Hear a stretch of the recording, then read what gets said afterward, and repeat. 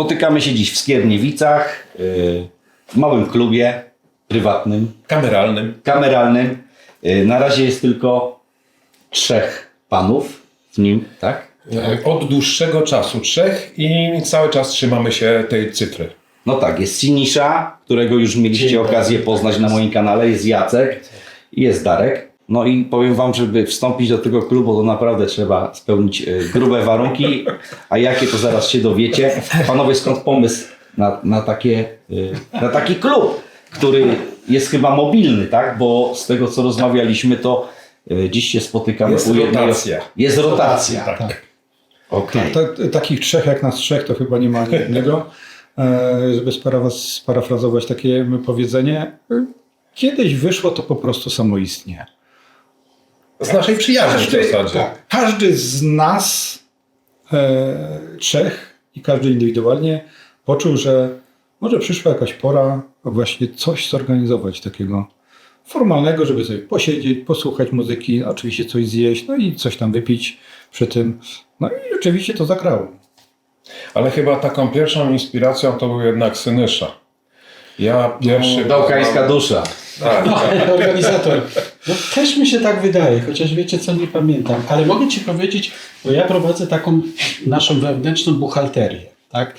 W dniu dzisiejszym ją nie przyniosłem, ale mogę powiedzieć, że dzisiaj spotykamy się po raz 20. Tak. No tak. Dzisiaj jest 20 nasze Czyli to spotkanie. już jest lat... No 2,5 chyba już jest. No, Wiecie, bo to trzeci nie jest rok, tak, że co trzeci miesiąc, rok, no bo to nie da się, każdy z nas ma pracę i tak dalej. Nie?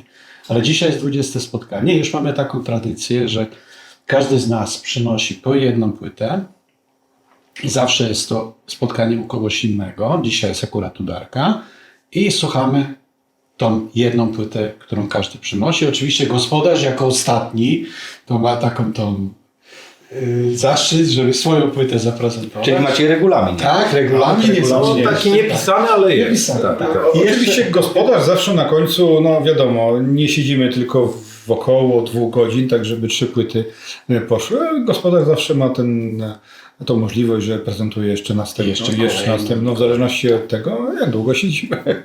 I na ile nam czas pozwala, tak? I No, ale ogólnie, ogólnie Na ile macie sił chyba. No to tak. znamy się dużo więcej lat niż trwa nasz klub, nasze spotkania Friday, Whisky and Vinyl. Ale to tak ewoluowało, bo najpierw ja poznałem Synyszę, gdzieś tam zagrały u mnie z dawnych lat jakieś jeszcze wtedy jugosłowiańskie kontakty, więc tak z sentymentem spojrzałem. Odwiedziłem Synyszę, zobaczyłem jego pokaźny zapas płyt, te wielkie regały płytowe. Potem Jacek dołączył do naszego grona i tak żeśmy się przyjaźnili przez jakiś czas i w pewnym momencie spotykając się stwierdziliśmy, że słuchajcie, no mamy te płyty, kiedyś dawno temu słuchaliśmy, może by coś takiego. No i tak jakoś to w sumie spontanicznie to wyszło. padła nazwa, że może w piątki, tak, bo to taki dobry przed weekendem czas. Znaczy ogólnie jest nas 3. Tak. Jest Friday, Whisky, Vinyl. I jak spojrzycie tutaj na ten rysunek, są 3 kostki lodu. Tak. Wszystko W środku płyty są 3 kostki lodu, tak. To w zasadzie jest z góry widoczna szklanka z tym szlachetnym trunkiem i lód w środku. No ale tak naprawdę trzeba powiedzieć, że nazwę wymyślił Synisza. No dobra, Nie pamiętam. to w takim razie to może to logo się zmieniać jak flaga Unii, tak? Jak kogoś przyjmiecie, no to kolejna kostka. Powiem tak, może być. chyba jesteśmy tej starej daty i trwamy mocno, chociaż sygnałów z różnych stron do różnych z nas To bardziej było jesteście jak wiele, Układ tak, Warszawski. ale powiem dlaczego. Ponieważ w tej nazwie jest ten szlachetny trunek, to sobie wyobraź, Radku, jakbyśmy tak mieli kilkadziesiąt członków naszego klubu i byśmy musieli się spotykać częściej, to mogłoby się to źle skończyć zdrowotnie. Tak. Rozumiesz? Bardzo. Aczkolwiek możemy pomyśleć o naszym małym klubie i sympatykach. To jest zawsze do rozważenia. Znaczy jest też ogólnie pierwszym gościem. Tak jest. Absolutnie. No i Maciek, o 2,5 z Maćkiem jest, Maciek, tak. Witaj jest. Maciek. Ale o 2,5. O, tak, proszę bardzo. No. Bardzo mi I miło. kobietom wstęp zabroniony. O matko. No to staramy się raz tak na kwartał, żeby się udało, tak? No natłok różnych zajęć, prac zawodowych i tak dalej, no różnie z tym bywa, ale twardo stoimy, że te 4 razy w roku co najmniej musimy się spotkać i tak to rzeczywiście wygląda. To czyli rozumiesz, że 4 razy w roku się spotykacie i co drugie spotkanie opracowujecie datę giełdy Na winylowej. każdym spotkaniu planujemy następne nasze spotkanie fridayowe, a jeżeli chodzi bo powiedziałeś o giełdzie, to już jest zupełnie inne nasze dziecko. No bo właśnie, ja chcę też moim widzom zakomunikować, że właśnie oto 3 tych panów, dzięki nim powstała giełda płyt winylowych w Skierniewicach, która już 2 razy w roku się odbywa. Z każdym rokiem jest coraz więcej też kupujących, sprzedających. I I wystawców, tak. I wyrasta ta giełda na taką jedną z ciekawszych tu w regionie. No bardzo nam miło to słyszeć, nie? Bo sobie tak... to fajna taka impreza, której nie Jest było bardzo do tej fajna, pory, sympatyczna, tak. bez Ale jakiegoś napięcia. Wzięło się to właśnie z tego, że my, będący zainteresowani płytami winylowymi, odświeżający swoje kolekcje, w Skierniewicach nie znaleźliśmy nic, żadnego sklepu, nikogo, żadnej nie było takiej inwencji, żeby to coś powstało, coś właśnie w rodzaju giełdy. Oczywiście trzeba byłoby jechać gdzieś do Łodzi, do Warszawy, zawsze to jest i czas, i jakiś przejazd, więc postanowiliśmy, oczywiście może to było coś lekko egoistycznego w tym naszym podejściu, no bo jak ktoś przyjedzie do nas, to może coś wybierzemy na tej giełdzie, ale oczywiście to przerodziło się właśnie w tą chęć nie tylko dla nas, ale przede wszystkim dla Skierniewiczan, dlatego że poczuliśmy i usłyszeliśmy na tych giełdach, że ludzie właśnie czegoś takiego oczekiwali. Żeby nie jechać do dużych miast albo na różnych portalach handlowych, poszukać czegoś, bo nigdy nie wiadomo, co się kupi.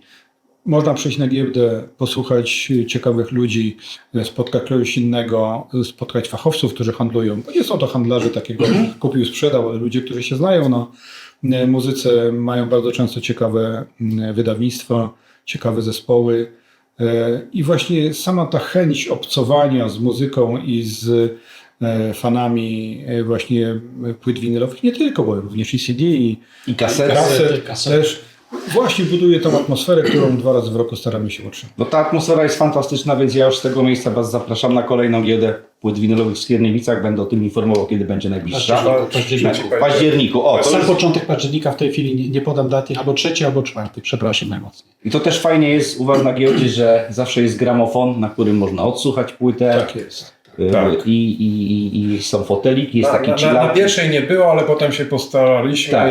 Ale to nawet połknęli bakcyla już sami wystawcy, którzy tak jak ostatnio No zauważyli, przyjeżdżają, tak, bo wiedzą, że to jest ważny Zdaje element odsłuchu. Nawet tle muzyka jak leci. To, co zauważyliśmy, coraz więcej ludzi, szczęśliwie również coraz więcej wystawców i to, co nas cieszy, coraz więcej ludzi młodych. Jeśli widzi się czasami nastolatków przechodzących, niektórzy szukają starych kaset nawet, ale i winyli, no to po prostu można powiedzieć, że serce rośnie. A ja wczoraj, będąc na zakupach, spotkałem chłopaka, którego serdecznie pozdrawiam, nie pamiętam imienia, który mnie właśnie rozpoznał, że przecięliśmy się na giełdzie z Skierniewicach. To będzie następna.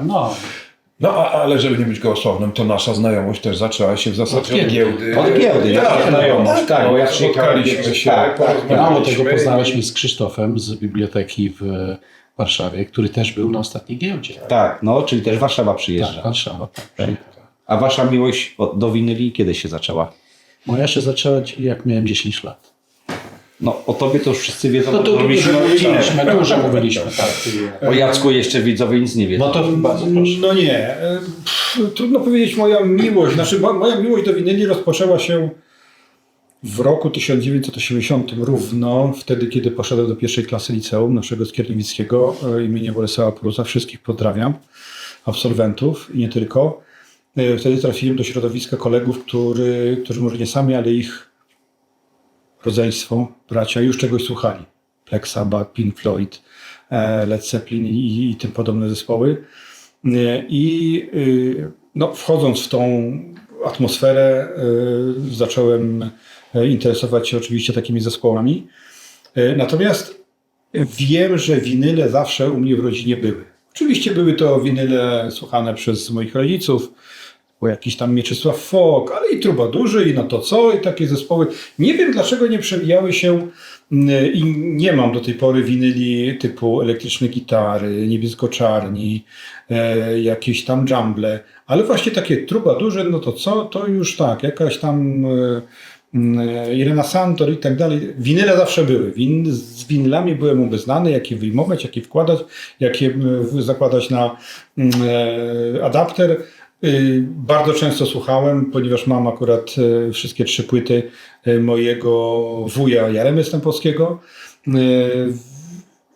więc tym obcowałem, ale tak naprawdę ta miłość do winyli, która była bardzo trudna, dlatego że początek lat 80., wtedy tak praktycznie to nic nie było. Płyty się ukazywały, Kombi, Perfekt, Budka Suflera, ale tych płyt trudno było dostać w ogóle. Dlatego, że Były one małe nakłady, nie? były małe nakłady. Albo mało trafiało też do Skierniewic. Tak. Tak, ale znaczy w Skierniewicach to w ogóle wtedy nie można było nic dostać. Natomiast małe nakłady brały się wówczas z tego, że były kłopoty z wkładem winylowym, jak to tam nazwać, ten który Pronis wtedy robił na przykład. I stąd było mało tego winylu i kiepskiej jakości. Natomiast no, zawsze się jeździło do Warszawy, na jakiś handel, na Skrę, na Bazar Różyckiego. I tych powoli, oczywiście ktoś z kolegów miał jakieś płyty. Przegrywało się to na taśmy szpulowe, na taśmy magnetofonowe. No o kompaktach wtedy jeszcze nikt nie słyszał, ale przez wiele lat tych kompaktów jakąś tam ilość się zbudowało. Natomiast no, pewnie koledzy to potwierdzą, przyszedł ten rok taki początek lat 90., boom kompaktowy, no i te winyle tak podpłynęły Niestety. trochę w niepamięć i tak trochę poszło w ludzi, trochę się sprzedało i kolekcje, które się miało, niektórzy, no Synysza akurat szczęśliwie to wszystko zostawił, ja może nie miałem jakiejś dłużej, ale to po prostu no, gdzieś poszło, no, jakieś smętne resztki Podobnie się jak zostały. Darka, który zanim zaczęliśmy nagrywać, mówił, że Tak. teraz jest czas, kiedy odbudowujesz kolekcję, którą No, straciłeś. w zasadzie tak. Oczywiście ja z pokolenia, czyli wczesne lata 80., kiedy był Grundig kasetowy i lista programu 3 i na 2 palce ciach! I jeszcze z boku odkreślanie kto, gdzie, jak i statystyki, jak to się szacuje, przekłada na listę. No a potem tak sprzęt. No pierwszy gramofon, pamiętam, to było od dziadków. Kurczę, już nie pamiętam jak on się nazywa, w każdym razie było takie pudełko biało-niebieskie, głośnik z boku się stawiało, to była pokrywka. Potem zmieniłem, czy to był Artur? Chyba to był Artur, tak jak w Czarny z przypadku. 2 plastikami. Czarno-czerwony był, 2 plastikowe małe głośniki i to już był szczyt. I wtedy był okres, kiedy wyjeżdżałem na obozy, kolonie, ponieważ to były dawne czasy, więc to była Czechosłowacja, Węgry i z tych Węgier to takie szlagiery się przywoziło. Szlagiery w cudzysłowie, tak, ale to było jakieś właśnie typu Tina Turner, Michael Jackson i to po prostu nie do dostania na naszym rynku, tak? I jakaś muzyka elektroniczna i tak dalej, i tak dalej. I to się tak gromadziło. Potem potem już zaczęła wchodzić Unitra, rozbudowywała swoje sprzęty, więc były zakupy stanie w kolejkach. Mieliśmy w Skierniewicach wielki palinon Unitry.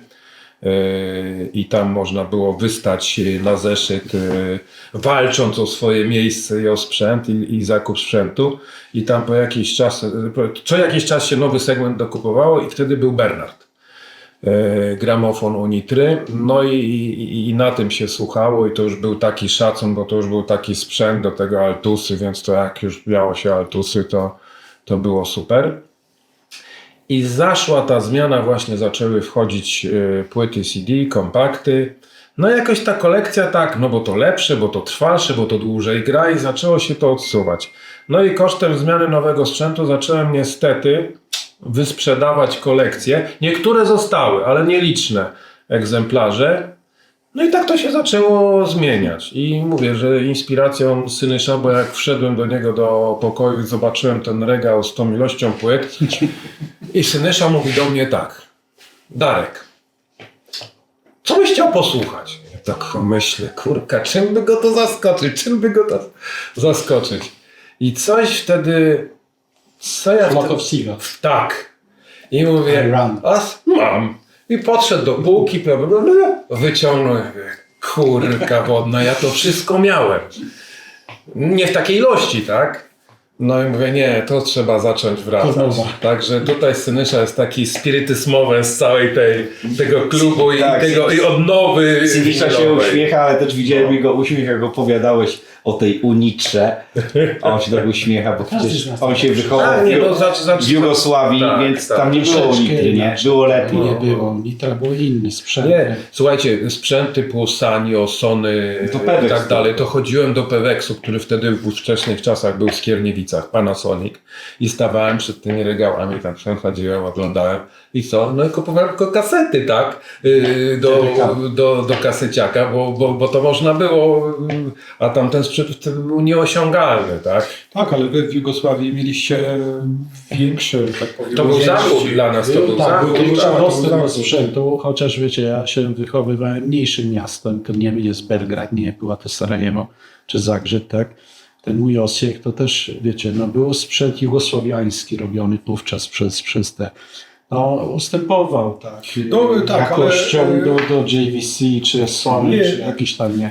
Tak, ale myślę generalnie o płytach. A płytach, tak, Jugosławia to miała większe zdecydowanie spektrum tak. możliwości. To już zresztą jak Radek był u mnie w domu, to dużo mówiliśmy na ten temat Tak. i na dostępności i w ogóle tak, nie wiem, może w tej chwili przytoczę chociaż jeden przykład, bo on jest bardzo, bardzo ciekawy.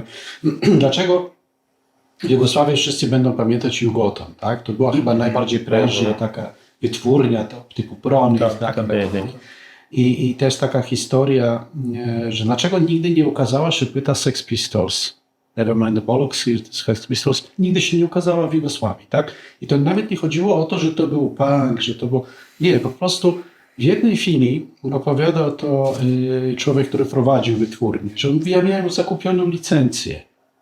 Tak, i już zakupiony miałem to, co ty mówisz, winyl, tak? Czyli już plastyk był zakupiony i była jakaś komisja, która powiedziała, nie, to będzie napsuć naszą młodzież Jakość. i blokujemy. Czyli była cenzura jednak. Tak, była, jakiś tam rodzaj cenzury był, tak? I to się nigdy nie ukazało, tak? I wiecie, i to właśnie jak byłeś u mnie, Radku, to wtedy opowiadałem, że ja pierwszy raz na moim własnym gramofonie miałem Sex Pistols po 40 latach od wydania oryginalnej płyty, tak?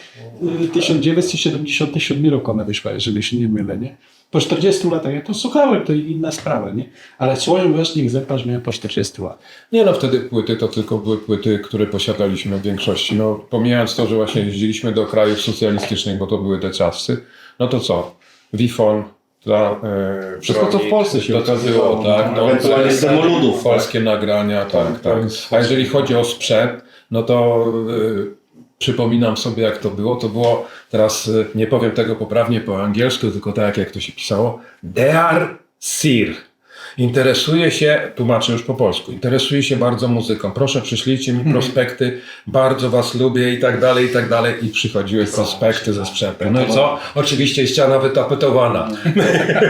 Jak nie sprzęt, no to ewentualnie samochody, tak?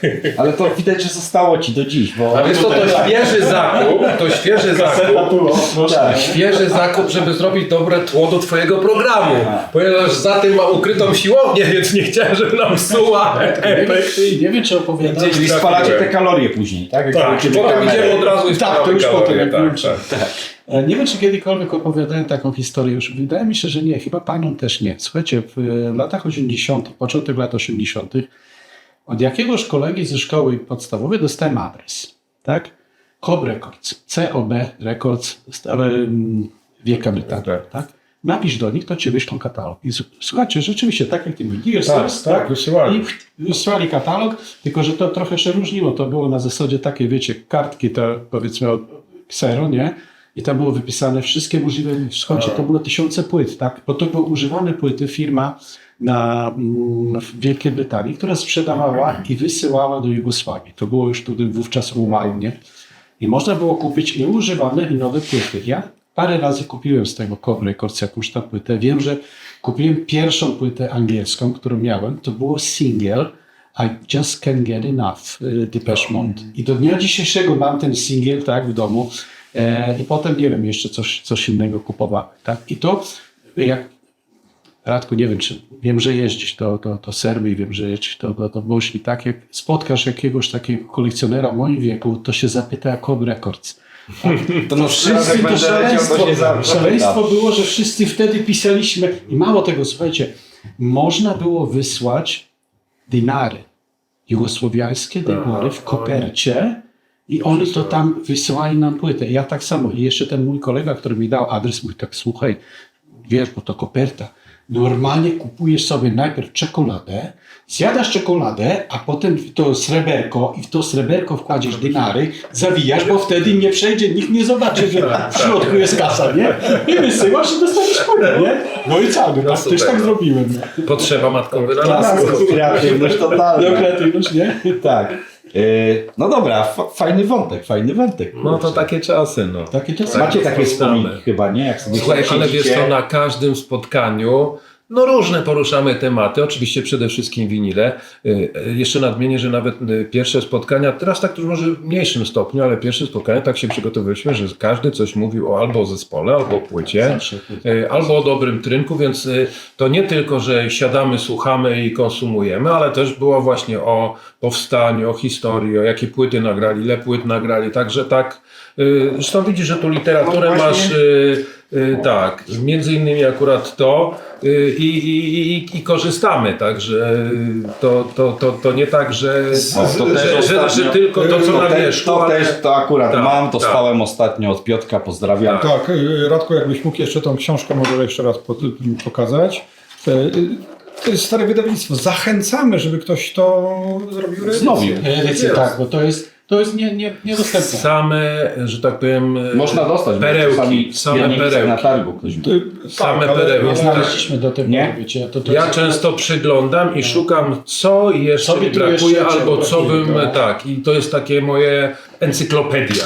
Czyli kolekcjonujesz według tego tematu.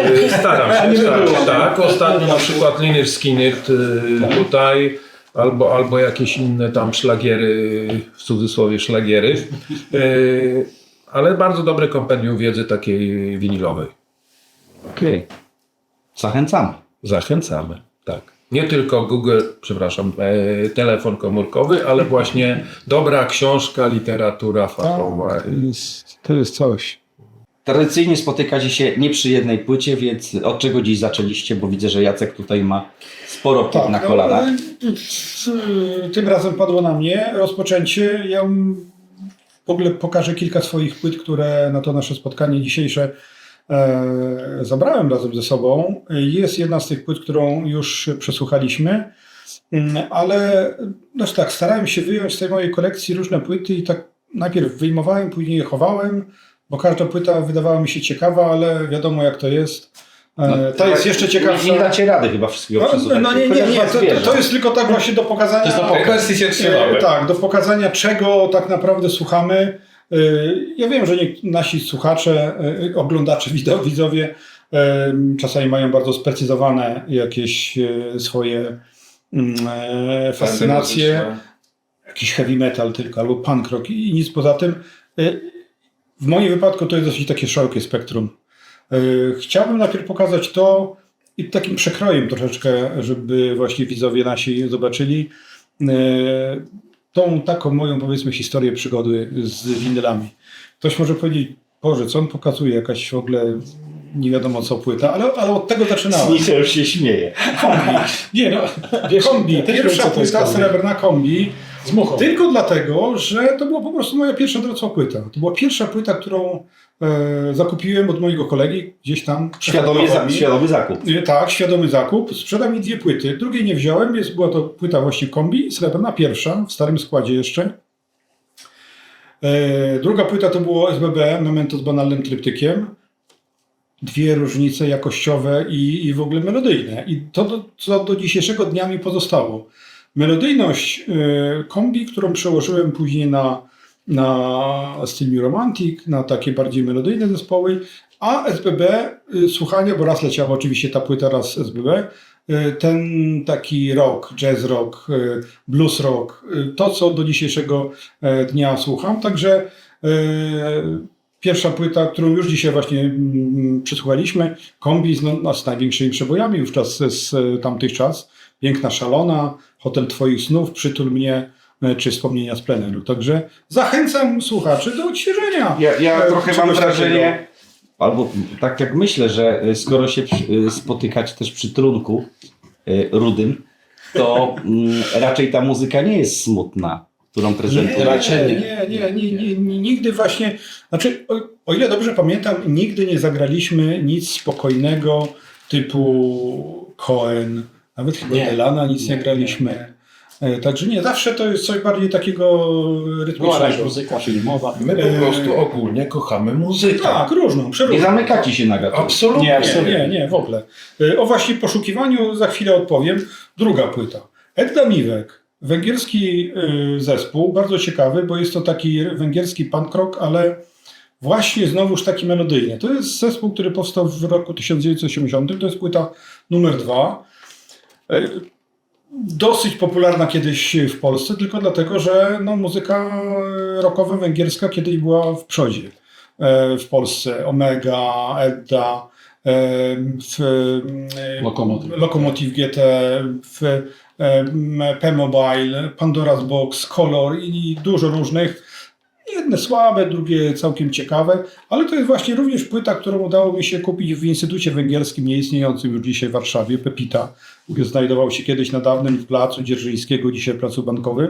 Później przerzucili to gdzieś naprzeciwko Forum bodajże w Warszawie, także może komuś akurat ze słuchaczy odświeżę wspomnienia. Bardzo ciekawa płyta, zachęcam również, jeśli ktoś będzie miał możliwość do odsłuchania. Klasyka. No i klasyka. Peter Gabriel. Ale po angielsku, bo jest też wersja po niemiecku. Po angielsku, ta zwykła, standardowa. No i pomimo pana z chropowatym głosem, jednak ta melodyjność znowuż kilku utworów najbardziej lubiany przeze mnie, Mercy Street. No, sama klasyka, tak. Może niekoniecznie przysłuchiwawszy najpierw płyty Genesis, specjalnie mi się Peter Gabriel podobał, bardziej mi się podobała ta część już z Philem Collinsem, ale jak usłyszałem jego solowy utwór, no i oczywiście Kate Bush, Don't Give Up, no po prostu to było coś. Także to Śpiewacie czasami sobie, jak tutaj macie spotkanie? raczej sobie mruczymy. Mruczycie sobie. Mruczymy sobie. Następna płyta, bardzo ciekawa, płyta rzadko spotykana, na polskim rynku właściwie nie do dostania, niemiecki zespół Neuwerstein i tytuł Battlemont. Lubię ją dlatego, po raz pierwszy usłyszałem ją na kasecie i kompakcie w małym sklepiku, który mieści się u nas w Skierniewicach na ulicy Senatorskiej za kościołem. Tam prowadziło dwóch takich chłopaków ten sklepik. Rzuciła mi się w oczy okładka, sprzedawca puścił ją. Muzyka bardzo podobna właśnie do Genesis, tego późniejszego trochę Genesis i wokal bardzo podobny do Phila Collinsa. Stąd po prostu ją polubiłem i również ją słucham. Tak jak mówię, nie do dostania. Kompakt kosztuje krocie na polskim rynku, ponieważ jest to jakieś niezależne wydawnictwo. Natomiast no, płyta przyjechała z Finlandii. Trochę trzeba było za nią zapłacić, ale jestem Dżentelmeni nie mówią o pieniądzach. Jestem szczęśliwym posiadaczem. No i przechodzimy do rzeczy takich trochę bardziej. Koledzy, przyjaciele wiedzą, że lubię rocka amerykańskiego, Southern rock. No więc oczywiście jedna z ostatnich, no niekoniecznie ostatnich z lat, ale z ostatnich nagrań, to jest jakieś połowa lat bodajże 90. Lynyrd Skynyrd i The Last Rebel. Taka właśnie muzyka ostra, prosta, amerykańska, rytmiczna. No i dobra seria winylowa, Music on Vinyl. I tak, i dobra seria winylowa. Następna płyta bardzo ciekawa, nawiązująca do naszych spotkań, Whiskey Myers. Również rock amerykański, surowy, ale rytmiczny, taki do posłuchania. Zresztą cóż można powiedzieć, bardzo fajna rozkładówka. No i oczywiście John Wayne, jeden z utworów, tak? No, Czy lubisz western? Cała kultura amerykańska. Tak. Na tej płycie. Już kilka tych gatunków zaprezentowałem. Zespół, który odkryłem całkiem niedawno. To jest dowód na to, że słucham nie tylko rocka elektronicznego, polskiego, hard rocka, rocka brytyjskiego, ale zespół, który w bardzo dziwnej nazwie The Man They Couldn't Hang. Tak, Cynicznym i trochę to Trochę nie mogli powiesić. bardzo dziwne. Taki folk rock. Jeśli ktoś słucha irlandzkiego rocka, a tu się okazuje, że to brytyjski również, z takim chyba najbardziej znanym przedstawicielem jest The Pogues. To coś w tym stylu. Prosta muzyka, również rytmiczna, ale melodyjna, śpiewana właśnie takim trochę punkowym, zachrypniętym głosem. Bardzo fajna również rozkładówka. Ciekawa okładka, dlatego że kompletnie nielakierowana. Udało mi się za całkiem niewielkie pieniądze gdzieś tam w internecie ją nabyć. Na bazie tego z kolei amerykański zespół Driving Crime, również podobny, folkowo-rockowa muzyka, bardzo ciekawa płyta. No wiem, że może nie jest zbyt popularna wśród audiofili czy innych wielbicieli muzyków, ale to jest tylko moje subiektywne takie odczucie. Również bardzo często jej słucham. To te małe burgerki ty robiłeś w takim razie. Amerykański. Albo amerykański. I na koniec dwa moje odkrycia z ostatniego roku, tak właściwie, a lubię odkrywać, ale udało mi się to dzięki dwóm takim monumentalnym książkom Jacka Leśniewskiego, rok brytyjski. Szkoda, że na razie się tylko dwie te książki częściej uderzały bodajże do litery K chyba. No, jakoś autor nie może się sprężyć. Może zobaczymy twój apel teraz. Może tak. Pozdrawiam serdecznie pana Jacka Leśniewskiego. Bardzo prosimy, bo interesujące. Następny, trzeci tom, bo ostatni chyba wyszedł bodajże w 2021 roku. Zespół nazywa się The Badger. W ogóle chyba niepopularny, może wśród miłośników tak. Zespół powstały na początku lat 70., którego założył pierwszy klawiszowiec z zespołu The Yes. Producentem tej płyty nagranej na koncercie tuż przed występem The Yes był John Anderson. Autorem okładki jest oczywiście autor okładek do płyt również właśnie Yes. Rock progresywny, melodyjny, rytmiczny, podobny trochę do Yes. Płyta praktycznie nie dostanie również w Polsce, ona gdzieś przyjechała z Holandii. Bardzo ciekawa muzyka, zachęcam do posłuchania. I ostatnie odkrycie, które słuchaliśmy u mnie na Friday Whiskey and Vinyl, Wild Turkey, to również w jakimś sensie wiąże się z jednym z trunków, który od czasu do czasu na naszych spotkaniach pijemy. Tak, gości. Zespół z kolei założony przez jednego z członków Jazz Rotal. Zespół brytyjski, muzyka progresywna, oczywiście pierwsza połowa lat 70., rok taki typowy brytyjski, ale również to, co cechuje moje wybory, ta melodyjność, taka kilka ballad bardzo ciekawych, no i sam tytuł Battlemount, Battle Hymn. Battlemount to była Neuschwanstein. Zachęcam wszystkich do poszukiwania czegoś nowego, bo zawsze jak znajdę coś ciekawego, czy na YouTubie, czy na jakichś innych kanałach, to staram się znaleźć inne zespoły, które grają podobną muzykę. I bardzo często coś się przy tym akurat odkryje. Teraz czas dla... Teraz ja by trochę jeszcze streszczę, ponieważ Radek byłeś u mnie i tam sporą część tej mojej kolekcji pokazywałem. Wiem, mogliśmy rozmawiać dłużej, ale twoja żona rano szła do pracy. No, chyba tak. To znaczy tak, w dniu dzisiejszym jeszcze tutaj słuchaliśmy kombi i na drugi rzut była Pat Benatar, czyli taka muzyka rockowa, amerykańska. Jacek mówił, że się podoba, bo melodyczna. Akurat Pat Benatar to jest bodajże chyba druga płyta. Patrycja Andrzejewski, ona się w ogóle nazywa. Polskie pochodzenie. Polski akcent. Tak. No, jaki Basia Trzeszewska, tak? Tak. A to teraz są 3 płyty, które przyniosłem specjalnie dla Radka. Z każdą się wiąże jakaś tam historia, ponieważ wiem, że Radek lubi muzykę jugosłowiańską. Pomimo, że mało rozumiem. Tak, ale to... Ale ta melodyjność właśnie... Masz podręcznego tłumacza tutaj w mojej postaci, więc Tak. zawsze jak coś potrzebujesz, mogę ci przetłumaczyć. Jeszcze tutaj na naszych spotkaniach nie gościła muzyka jugosłowiańska. Nie wiem czemu. Może znałem, że będzie mało ciekawe dla panów. Ale kuchnia była. Kuchnia była. Kuchnia zawsze jest Zdecydowanie. z No tak, bo ja słyszałem, że robi genialne z ciewapy. akcentem chorwackim. No, coś takiego. To już mi się ktoś chwalił, że ciewapy robi genialne. I gibanice, ale to na śniadanie. A, na śniadanie, ale robi z jogurtem.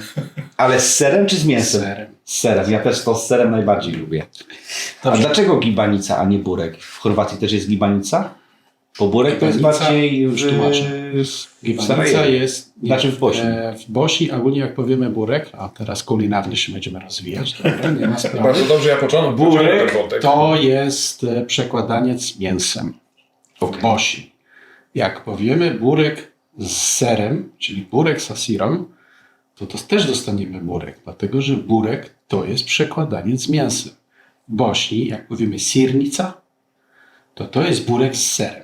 Okej. Ach, ale i teraz tak, jedziemy do Chorwacji, jak powiemy burek z samesą, to jest burek z mięsem. Jak powiemy burek z sirem, to dostaniemy burek z serem. Tak? A kiwanica jest co innego. Kiwanica to jest trochę inny rodzaj ciasta i ona zawsze jest serem. Jajka, ser. Jest jajka, ser, jogurt, jeżeli dobrze pamiętam. Natomiast to najważniejszym składnikiem to jest to ciasto. Filo, tak najcieńsze. Ono jest filo, ono tak, oczywiście to jest Cała szkoła. zastępcze jest jakoby filo, tak? Nie wiem, wiecie, jak jestem w Chorwacji, to tam mam swojego dostawcę tego ciasta, który sam robi, to jest taki pan z Węgier, który ciężko mówi po chorwacku, ale idzie się dogadać i u niego kupujemy zawsze to ciasto do gimanicy, tak? Wracając do płyt. Pierwsza płyta zespołu Aerodrom, czyli airport, albo inaczej Lotnisko. Tak, lotnisko. Tak, myślimy w Ludę, może bardzo ciężki tytuł do wymówienia. To jest jedna z moich ulubionych płyt. Pamiętasz, Radku, jak byłeś u mnie, to ci przedstawiałem taką żółtą okładkę zespołu House Store. Tak, to jest absolutny mój numer 1 wśród muzyki jugosłowiańskiej. To jest gdzieś tam na miejscu drugim albo trzecim. Ta akurat płyta jest bardzo prog-rockowa. To jest rok 78, kiedy ten zespół jeszcze grał taką muzykę progresywną i jak im dalej czas, następowały lata 80., zaczęło się to zmieniać w jakiś taki ska, później taką muzykę popową. Będziemy znać w Polsce Aerodrom z utworu zwykła piosenka miłosna, która została nagrana przez Jugoton, wydawnictwo Grzegorza Brzozowicza. Tak? Tu jest jeszcze bardzo stary skład tego zespołu. Najważniejsza postać to jest ten pan tutaj, dzisiaj ma krótkie włosy. Ale krótsze niż ja? Zdecydowanie. Nie, no ma włosy. Ma włosy. Ma włosy, tak. Juryca Padzien. Miałem niesamowitą okazję. Słuchajcie, w zeszłym roku w listopadzie go spotkałem. Byłem na targach książki wieczornej. Literatura jest prawie na pierwszym miejscu niż muzyka. Miałem okazję go spotkać, bo była promocja książki i on był jednym z autorów tekstów i opowiadał o tej książce. Ja tak przechodzę.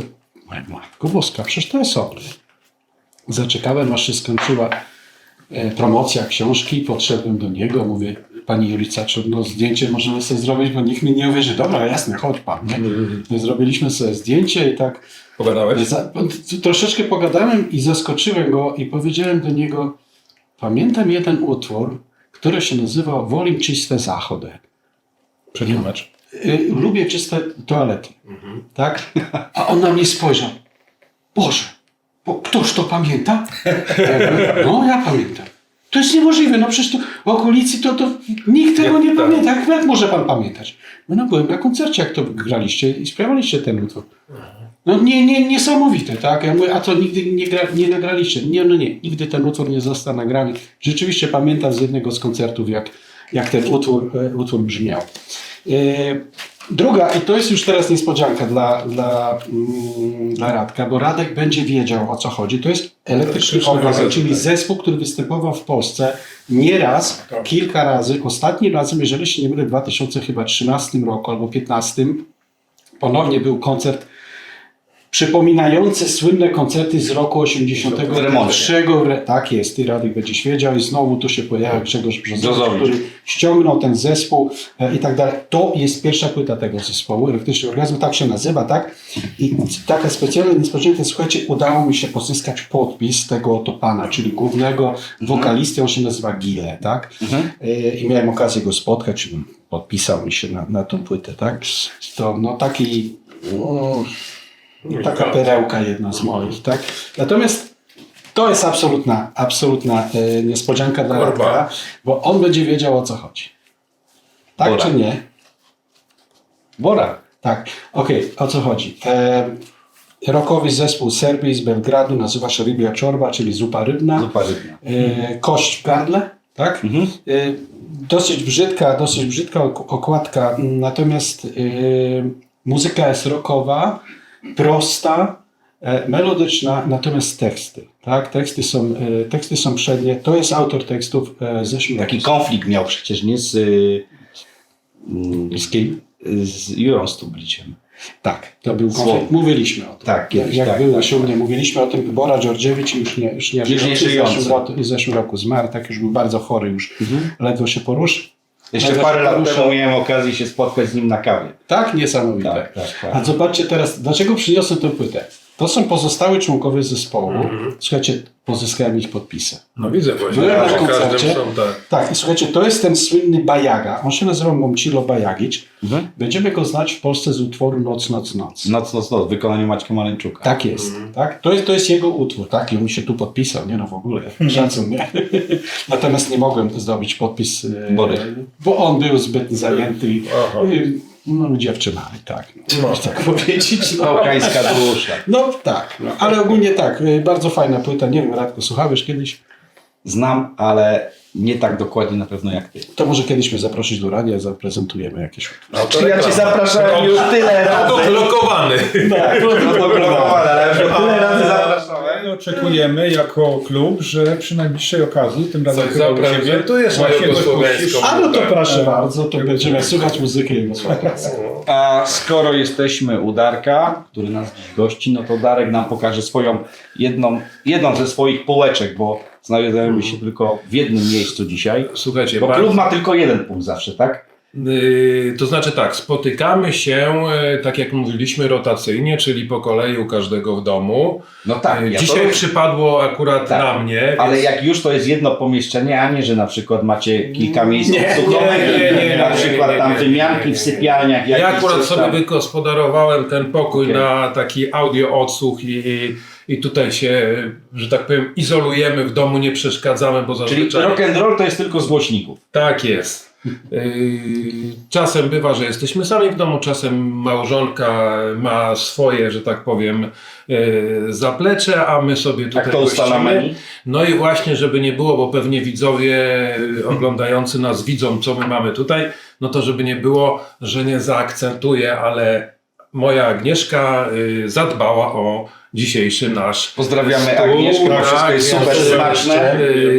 Jeżeli coś widać, to mogę tylko zaznaczyć, że ponieważ wczoraj o 1:00 z Francji wróciliśmy, to wędliny mamy francuskie, akcent jest też bagietka z boudin noir, czyli nasza kaszanka, po francusku boudin noir, ser kozi i bardzo dobry dżemik z...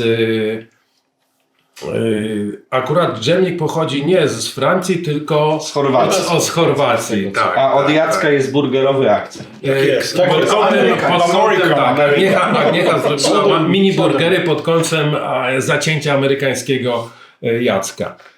Także ukłony dla Agnieszki. Jeżeli pytasz o moje muzyczne pokażemy je zaraz na półce. tak, ale tak jak już wcześniej mówiliśmy, ja w ogóle kocham muzykę. Nie jestem zacięty tylko z klapkami na jednym rodzaju muzyki. Często zresztą rozmawiamy na naszych whiskoczowych, fridayowych spotkaniach, że większość jednak, chyba to jest jakiś sentyment, oscyluje w latach 70., 80. Oczywiście na kolejne lata też jesteśmy otwarci, ale jednak to nie przygotowałem się dzisiaj, nie wyciągnąłem tak jak chłopaki płyt. Mówię, wczoraj żeśmy przyjechali, przyliczyliśmy, więc miałem mało czasu, ale co jakbym miał tak wskazać z głowy, no to jednak Moody Blues, Electric Light Orchestra, Kraftwerk już tutaj wspominany, to jest to, co Mike Oldfield, to jest to, co Żar, o którym uwielbiam, wspominałeś Żar, wcześniej. tak, to do tego mogę cały czas wracać i słuchać. Ale może ktoś pomyśli, o, dziwne, ale również i Boney M. Bardzo lubię różne rodzaje muzyki. Uwielbiam tańczyć. A co bym miał dzisiaj sięgnąć? Nie będę wyciągał dużo płyt, żeby już tutaj nie przedłużać, ale ponieważ tak sobie wspomniałem, że właśnie jest ten akcent francuski, to myślę, że sięgnę to, co mnie z Francji najbardziej tak inspiruje. To zresztą było na którymś whiskaczu i chłopaki już słuchali. I to będzie taki francuski akcent, piękny akcent francuski. Melanie Farmer, wspaniała muzyka, przepiękna dziewczyna, chyba najlepsza płyta Z Kalifornią, i z Kalifornią, tak. do której teledysk zrobił Abel Ferrara. Dokładnie. No i jak to leci w tle, no to się człowiek, że tak powiem, Mam jeszcze kilka innych jej płyt, ale powiem ci, że jest tak trudno dostępna w Polsce. tak. I miałem tą płytę na CD. Nie mogłem przez wiele lat trafić, ale udało mi się właśnie tą Anamorfozy trafić ostatnio, nie na ostatnim, ale na przedostatnim naszym spotkaniu naszej giełdzie winylowej. Więc Live jak ją in Bercy zobaczyłem, też jest piękny. więc już nie patrzyłem, co tam jest, po prostu ją wziąłem. Live in Bercy też jest. No piękny. jest niesamowita, płyta robi wrażenie. Zresztą to też jest kawał historii francuskiej, tak? Bo to modelka, Tak. aktorka, No i też ja rockmanka też polecam moim widzom zobaczyć jej teledyski, które są po prostu jak dzieła filmowe. To są tak. To są dzieła filmowe. To jest z klasą. No. Jeszcze ten piękny utwór to XXL, jak Tak, ona to tak. teledysku na tej lokomotywie. Jest ten utwór na stronie B też. No, przepiękna pływa, często do niej wracam, bo to robi taki smaczek. A mam w swojej dyskografii sporo francuskich płyt, bo ja taki jestem troszeczkę zacięty na tym punkcie frankofilowskim i też mi się udało od mojej cioci wyciągnąć z piwnicy znaczny zasób płyt, a że jest filologiem na Uniwersytecie Warszawskim i kontakty z Francją są u niej takie, że tak powiem, na porządku dziennym. I w pewnym momencie schowała cały swój zasób płyt, które były przez lata gromadzone do piwnicy. I jak byliśmy przy którejś wizycie, bo padło coś na temat winili, o naszych spotkań i tak dalej. Mówi, Darek, ja mam całe pudełka w tym. Ja mówię, słuchaj, no to Lidia, idziemy do piwnicy no i bardzo, bardzo dużo takich płyt właśnie od Brela poprzez Yves Montana i tak dalej. Bardzo znanych francuskich piosenkarzy udało mi się pozyskać i w swoich zasobach winylowo-regałowych posiadam. Tu moja taka skromna kolekcja.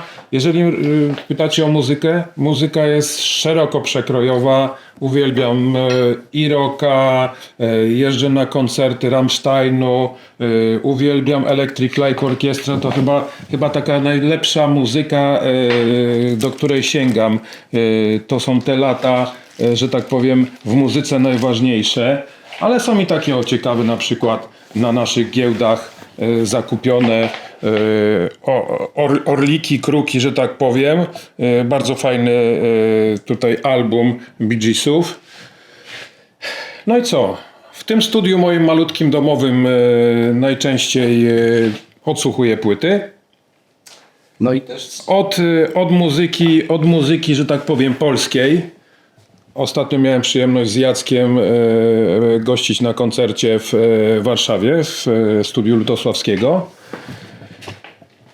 Muzyka amerykańska, muzyka angielska, niemiecka, od rocka progresywnego poprzez muzykę disco, Również i znajdziecie tutaj Bonnie M, który jestem w stanie zatańczyć. Uwielbiam te lata. Ja nawet znalazłem rapsy, bo widzę Beastie Boys. Tak, jest i rap, jest muzyka francuska, takie odniesienie do kultury francuskiej, wspaniałe przeboje Kraftwerku, którego wspominam z niesamowitą taką euforią, bo to była i muzyka, i te ruchy, i człowiek w latach 80., jak poszedł na dyskotekę i potrafił wykonać te ruchy, to robił zawsze wrażenie. Także po prostu kochajcie dobrą muzykę, tak? Nie można się zakręcić na jedno. wrażeniach odsłuchowych, żebyś nam pokazał i widzom, Jeżeli chodzi o jak się sprzęt, dzisiaj słuchaliście. słuchajcie, no ten sprzęt u mnie też ewoluował. Zaczęło się od Nitry, a dzisiaj słuchaliśmy na Audiolabie. Także mieliśmy sprzęt Audiolaba, gramofon Torensa, a grały nam głośniki Monitor Audio, to są brązy 300, które na to pomieszczenie dają radę i doskonale się sprawdzają. Naprawdę dynamika tego dźwięku jest super. Cóż wam życzyć, panowie? Kolejnych 20 spotkań, 100 giełd, no żeby się też rozwijał wasz projekt. No i oczywiście czekam na legitymację członkowską też do tego klubu, aczkolwiek ja nie piję, więc ja mogę być tym polewaczem tylko. Ale zawsze możesz umoczyć i za uchem sobie nakropić. Jak benzyną ostatnio, Co do legitymacji, to się zastanowimy, ale na pewno koszulkę z naszymi podpisami masz jak upadku. No, bardzo dziękuję. A być może będzie kiedyś dużo warta. To jest lokata kapitału. O kurczę, mówicie jak wytrawni kolekcjonerzy, naprawdę. Więc dziękuję wam, że dotrwaliście do końca tego odcinka. Moimi gośćmi byli panowie, którzy ruszali w Skierniewicach modę na płyty winylowe, bo założyli giełdę, stworzyli giełdę płyt. No i też mają jedyny taki klub nieformalny, który ja poznałem, na który pozwalają mi małżonki na członkostwo. Tak. Więc pamiętajcie Subskrybujcie. Komentujcie. Lajkujcie. i widzimy się w kolejnych odcinkach. Dziękujemy. Dziękuję. Dziękujemy.